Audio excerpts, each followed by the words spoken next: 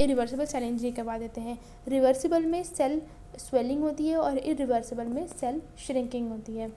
Next is necrosis versus apoptosis. Necrosis में cell enlarge होता है, देयर इज सेल स्वेलिंग, जबकि एपोप्टोसिस में सेल श्रिंकिंग होती है। नेक्रोसिस के अंदर न्यूक्लियस जो है वो डिवाइड होता है, या उसकी जो ब्रेकडाउन होती है वो होती है पिक्नोसिस, कैरियोरेक्सिस या कैरियोलाइसिस के थ्रू, जबकि एपोप्टोसिस में फ्रेगमेंटेशन होती है और जो न्यूक्लियस होता है वो न्यूक्लियोसोम साइज जो है वो फ्रेगमेंट्स में डिवाइड हो जाता है। प्लाज्मा मेम्ब्रेन नेक्रोसिस में डिसरप्टेड होती है, जबकि एपोप्टोसिस में जो है वो प्लाज्मा मेम्ब्रेन इंटैक्ट होती है, सारे कंटेंट जो है वो प्लाज्मा मेम्ब्रेन या सेल मेम्ब्रेन के अंदर रहते हैं। नेक्रोसिस के अंदर सेलुलर कंटेंट जो है वो एंजाइमेटिक डाइजेशन करवाते हैं और may leak out of the cell. Cellular contents may leak out of the cell और यहाँ पर एंजाइमेटिक डाइजेशन होती है। एपोप्टोसिस में इन सेलुलर कंटेंट जो है वो may be release in apoptotic bodies, और यहाँ पर जो है वो सेलुलर कंटेंट जो है वो इंटैक्ट होते हैं, और ये ऐसा हो सकता है कि वो may be release in apoptotic bodies, जबकि नेक्रोसिस में एंजाइमेटिक डाइजेशन होती है and may leak out of the cell. Addition inflammation में नेक्रोसिस जो है वो फ्रीक्वेंट होती है, जबकि एपोप्टोसिस में इन्फ्लेमेशन नहीं होती, जबकि नेक्रोसिस में होती है। और फिजियोलॉजी जो नेक्रोसिस होता है वो इनवेरिएबली जो वो पैथोलॉजिक ही होगा, जबकि एपोप्टोसिस जो है वो फिजियोलॉजिक होता है, और ये एट टाइम्स पैथोलॉजिक भी हो सकता है अगर जो है वो कोई सेल इंजरी हो रही है जिसकी वजह से डीएनए डैमेज हो रहा है, तो ये पैथोलॉजिक हो सकता है, otherwise it's always physiologic to remove the unwanted cells. So next necrosis. Necrosis में न्यूक्लियर चेंजेस जो है वो तीन तरह से न्यूक्लियर चेंजेस जो है वो तीन तरह से आ सकती हैं, यानी कि वो किसी भी तरह से जो ब्रेकडाउन हो सकता है न्यूक्लियस। एक तो क्या कैरियोलाइसिस, दूसरा कैरियोरेक्सिस, फिर तीसरा पिक्नोसिस। कैरियोलाइसिस में क्या होगा कि जो उसका बेसोफिलिक कंटेंट होता है, क्रोमैटिन जो होता है वो इसका जो बेसोफिलिया होता है, यानी कि वो कितना ब्लू है वो जो है फेड होना शुरू हो जाएगा, दैट इज़ कैरियोलाइसिस। कैरियोरेक्सिस में जो है वो फ्रेगमेंटेशन हो जाएगी न्यूक्लियस की, और पिक्नोसिस में जो है वो क्या होता है कि सेल श्रिंकिंग होती है और वो एक स्मॉल सा छोटा सा मैस बन जाता है, बेसोफिलिक मैस बन जाता है न्यूक्लियस, दैट इज़ पिक्नोसिस। नेक्रोसिस जो है वो नेक्रोसिस जो है वो 5 तरह की होती है। एक सबसे पहले फैट नेक्रोसिस। फैट नेक्रोसिस में जो है वो ट्रोमैटिक फैट नेक्रोसिस हो सकती है या फिर एंजाइमेटिक फैट नेक्रोसिस हो सकती है। For example traumatic fat necrosis जो है वो किसी भी ट्रॉमा की वजह से होगी, यानी कि मोस्ट कॉमनली जो है वो जो नेक्रोसिस फैट नेक्रोसिस है वो है ट्रोमैटिक फैट नेक्रोसिस, जिसमें जो है वो trauma to the human breast, उसकी वजह से ट्रोमैटिक फैट नेक्रोसिस होगी। दूसरा हमारे पास एंजाइमेटिक फैट नेक्रोसिस, जो कि होती है अगर किसी को एक्यूट पेनक्रियाटाइटिस हो या फिर ओमेंटल नेक्रोसिस हो। फिर है हमारे पास कोगुलेटिव नेक्रोसिस। कोगुलेटिव नेक्रोसिस में क्या होता है कि जो कोगुलेट होता है सेल की जो आउटलाइन होती है वो कोगुलेट हो जाती है, और उसको जो है वो सेल को होल्ड करके रखती है फॉर सम डेज, और ये मोस्टली जो है वो हाइपोक्सिक डेथ ऑफ सेल में, अगर सेल की डेथ हो रही है ड्यू टू हाइपोक्सिया तो उसकी वजह से जो है वो कोगुलेटिव नेक्रोसिस होगी। ये होता है, ये सब में, ये मोस्ट ऑफ द ऑर्गन में जो है कोगुलेटिव नेक्रोसिस होती है एक्सेप्ट फॉर द ब्रेन। और कोगुलेटिव नेक्रोसिस में कैल्शियम जो है वो हाईएस्ट होता है उन सेल्स के अंदर जो कोगुलेटिव नेक्रोसिस में जाते हैं। लिक्विफैक्टिव नेक्रोसिस में, लिक्विफैक्टिव नेक्रोसिस जो है वो मोस्टली जो है वो बैक्टीरियल या फंगल इन्फेक्शन की वजह से होता है, और इसमें जो है वो जो भी इन्फ्लेमेटरी सेल्स होते हैं वो एक्यूमुलेट हो जाते हैं और एंजाइमेटिक डिग्रेडेशन होती है, जिसकी वजह से ये लिक्विफाई जो टिश्यू होता है वो लिक्विफाई हो जाता है, and it is called liquefactive necrosis. So it is due to bacterial और fungal infection. Alright, then gangrene dry gangrene हो सकता है या फिर वेट गैंग्रीन हो सकता है।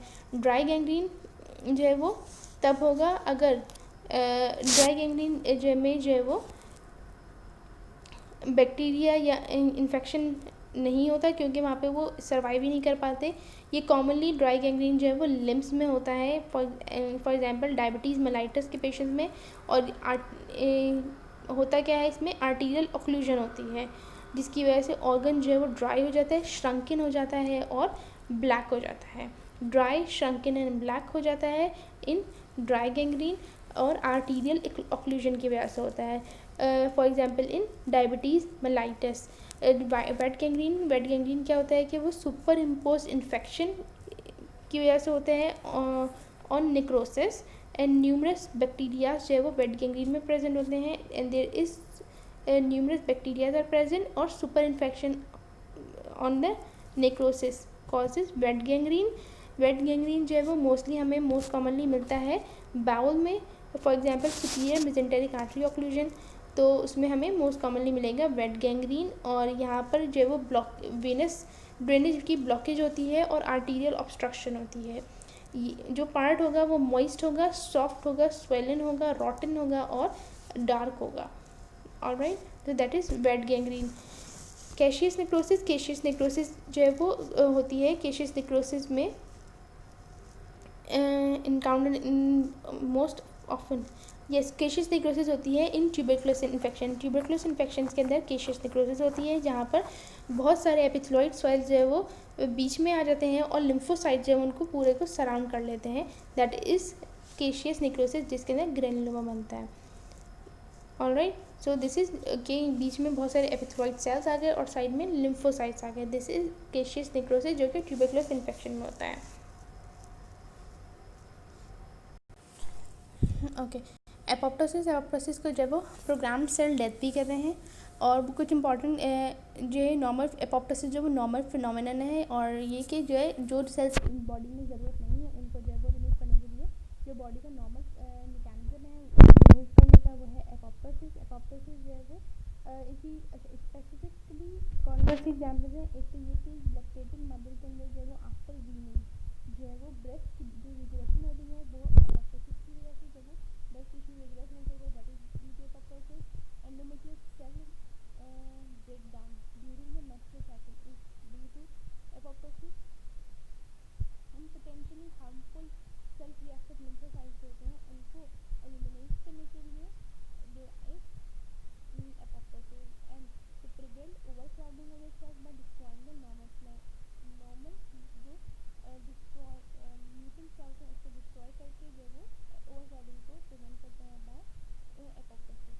एपोप्टोसिस जो है वो पैथोलॉजिकल कंडीशन में भी हो सकती है, फॉर एग्जांपल जहाँ पे भी डीएनए डैमेज होगा उसकी वजह से जो है वो डीएनए डैमेज की वजह से जो सेरेब्रल हो रही है वहाँ पर एपोप्टोसिस होगा।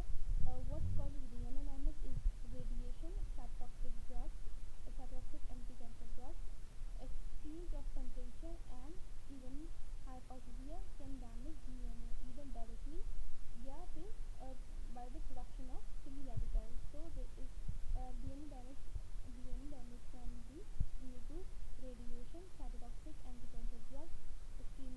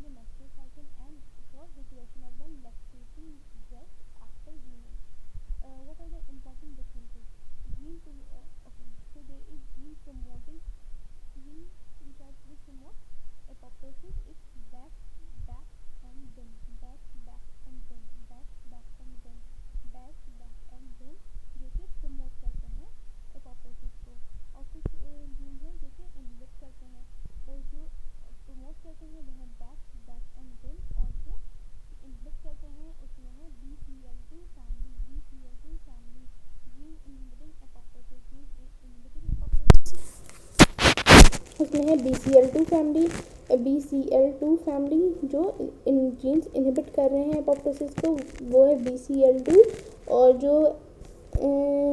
जो प्रमोट कर रहे हैं वो है बैक्स, बैक एंड बिम, और जो इनहिबिट कर रहे हैं वो है BCL2 फैमिली के।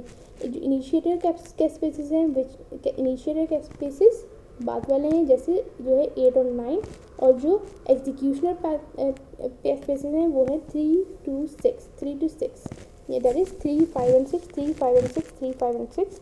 Executional caspases 3, 5 and 6।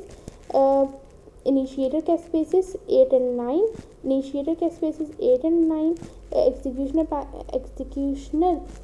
caspase 3, 5, 6, 3, 5, 6, 3, 5, 6, executioner caspase 3, 5, 6, initiator caspase 8, 9, 8, 9, initiator caspase 8, 9, executioner caspase 3, 5, 6, inhibiting gene which inhibits apoptosis is BCL2 family. Gene promoting apoptosis is BAX, BAC and BIM. Alright, so examples of apoptosis में सबसे पहले growth factor डेप्रिविएशन। Growth factor डेप्रिविएशन अगर है यानी कि जो भी hormone sensitive sales हैं वहाँ पर जो है वो ग्रोथ हार्मोन की जो है वो डिप्राइव्ड है। फॉर एग्जांपल लिम्फोसाइट्स में जो है वो स्टिमुलेट होते हैं बाय एंटीजन एंड साइटोकाइन से, और वहाँ पर जो है वो ग्रोथ फैक्टर जो है वो नहीं होता, तो एपोप्टोसिस के थ्रू जो है वो माइटोकॉन्ड्रियल पाथवे के थ्रू जो है वो एपोप्टोसिस ट्रिगर होती है और जो है वो किल हो जाते हैं। DNA डैमेज या DNA डैमेज फॉर एग्जांपल जो है वो कीमोथेरेपेटिक ड्रग कोई ले रहा है या रेडिएशन की वजह से जो है वो DNA डैमेज हो गया है, तो वहाँ पर जो है वो एपोप्टोटिक डेथ होगी। And then accumulation of misfolded protein. For example अगर मिसफोल्डेड प्रोटीन जब कोई DNA म्यूटेशन हो रही है जिसकी वजह से मिसफोल्डेड प्रोटीन बन रहे हैं, यहाँ पे जो है वो न्यूली सिंथेसाइज प्रोटीन जो बने हैं वो मिसफोल्डेड हैं और जो है वो नॉर्मल नहीं है, तो वहाँ पर उनकी प्रोटियोलाइसिस जो है वो वो टारगेट हो जाएंगे फॉर प्रोटियोलाइसिस, और ये जो है वो जाके जब सेव रहते हैं एंडोप्लाज्मिक रेटिकुलम में। एंडोप्लाज्म जब भी और फिर जो है वो लेकिन जो उसको स्टिमुलस मिलता रहता है कि जब वो प्रोटीन बनाए तो फिर एंडोप्लाज्मिक रेटिकुलम पे जब एंडोप्लाज्मिक रेटिकुलम पे स्ट्रेस अनफ्लोटेड प्रोटीन रिस्पॉन्स का स्ट्रेस बढ़ना शुरू हो जाता है, और फिर due to this increasing response and increasing stress on endoplasmic reticulum जो है वो सेल जो है वो मिसफोल्डेड प्रोटीन के एक्यूमुलेशन की वजह से कैस्पेसिस एक्टिवेशन होती है और एपोप्टोसिस हो जाती है। Apoptosis of the self reactive lymphocyte, जो भी लिम्फोसाइट्स हैं वो सेल्फ रिएक्टिव होते हैं, यानी कि सेल्फ एंटीजन वो खुद जो है वो रिकग्नाइज करते हैं सेल्फ एंटीजन्स को। अगर जो है वो सेल वो एंटीजन्स को रिकग्नाइज करते हैं on the cells other cells, और अगर जो है वो ऐसा ना हो वो सेल्फ एंटीजन्स को रिकग्नाइज करना शुरू कर दें तो वो खुद ही जो है वो लिम्फोसाइट्स को ही खुद ही जो है वो किल होना शुरू होते हैं बाय एपोप्टोसिस। या फिर जो है वो अगर एक रीज़न ये है कि अगर फेलियर ऑफ एपोप्टोसिस होगा to the self reactive lymphocytes, तो this is one of the cause of the autoimmune disease, क्योंकि यहाँ पर apoptosis of self reactive lymphocytes जो है वो फेल हो रहा है, तो ये ऑटो इम्यून डिजीज़ करवाएगा। देन साइटोटॉक्सिक टी लिम्फोसाइट्स जो है वो मीडिएट करते हैं एपोप्टोसिस को। They recognize the foreign antigen present on the surface of the infected cell and thus lead to apoptotic cell death of the targeted tissue. Intracellular accumulation में pigments जो है वो कौन कौन से पिगमेंट्स हैं जो बहुत ज़्यादा कॉमन है जो एक्यूमुलेशन होती है। सबसे पहले जो मोस्ट कॉमन एक्सोजिनस पिगमेंट है वो है कार्बन, यानी कोल डस्ट या कार्बन, जो कि अर्बन लाइफ में जो वो पॉपुलेंट है इस कोल डस्ट और कार्बन। एंडोजिनस पिगमेंट में जो the common ones are lipofuscin, melanin and certain derivatives of hemoglobin, melanin and lipofuscin, certain hemoglobin derivatives and lipofuscin, melanin, lipofuscin and certain derivatives of hemoglobin. Lipofuscin या wear and tear pigment, जो है वो insoluble brownish yellow granular intracellular material होता है, जो कि बहुत सारे टिश्यूज़ के जो एक्यूमुलेट होता है, जैसे लिवर, हार्ट और ब्रेन। और ये it is as a function of age or atrophy, as a function of age or atrophy, lipofuscin, wear and tear pigment, wear and tear pigment as a function of age and atrophy पे जो है वो accumulate होना होता है liver पे, brain पे और हार्ट पे, और ये येलोइश ब्राउन होता है।